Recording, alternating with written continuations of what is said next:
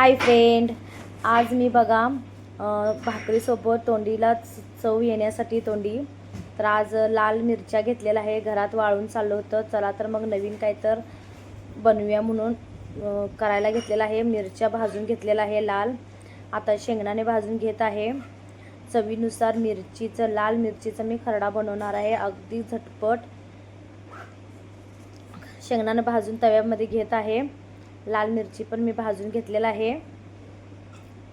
चला तर मग दोन्ही पण भाजून झालेलं आहे माझं. आता थंड करण्यासाठी ठेवा. थंड झालेला आहे मिरची आणि शेंगदाणे. त्याच्यासोबत खोबरं, गूळ घेतलेला आहे, शेंगदाणे, खोबरं, लाल मिरची, जिरं आणि लसूण घेतलेला आहे. इतकं साहित्य घेतलेलं आहे. मग चला तर आता दगडावर म्हणजे खलबत्त्यावर मी चिचून घेणार आहे. प्रथम पहिला मी जिरं चिचून घेणार आहे.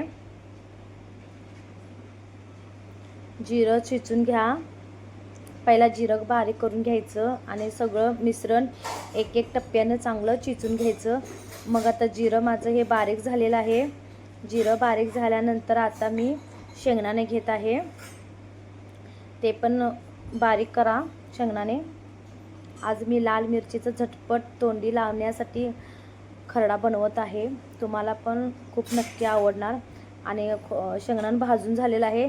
तर आता खोबरं पण चेचायला घेतलेलं आहे आणि लाल मिरची पण चेचायला घेतलेलं आहे. खोबरं पण मध्ये चिचून झालेलं आहे. लाल मिरची पण चेचण्यासाठी घेतलेलं आहे. आणि आता लसूण चिचून घेत आहे. लसूण पण घालून घेत आहे. आणि दगडावर तर खूपच छान लागते. आणि चवीनुसार मीठ घालून घ्या. दगडावर तर खूपच छान लागते. आणि आता चांगलं बारीक चिचून घ्या खलबत्त्यावर.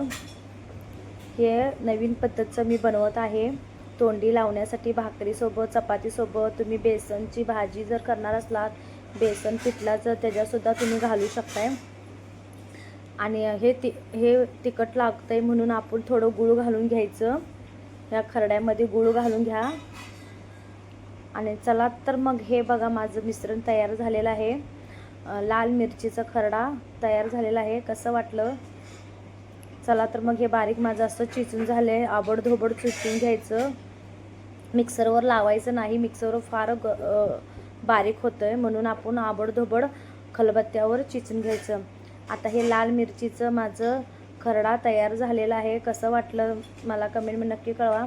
आणि हे बघा खरडा आणि खूप छान झालेला आहे. तुम्ही पण नक्की ट्राय करा. आणि अगदी साध्या सोप्या व्हिडिओ मी टाकत असतो स्वयंपाकाचं. आणि तुम्हाला नक्की आवडेल हे खरडा मी जे लाल मिरचीचं बनवले. आणि माझ्या चॅनलला लाईक आणि सबस्क्राईब नक्की करा. चला तर मग आता जेवणासाठी ताट काढते. तर भेंडी, भाकरी, मटकीची आमटी, भात, दही आणि हे बघा खरडा घेतलेला आहे. आणि माझं ताट तयार झालेलं आहे जेवणाचं. माझ्या चॅनलला लाईक आणि सबस्क्राईब करा. बाय.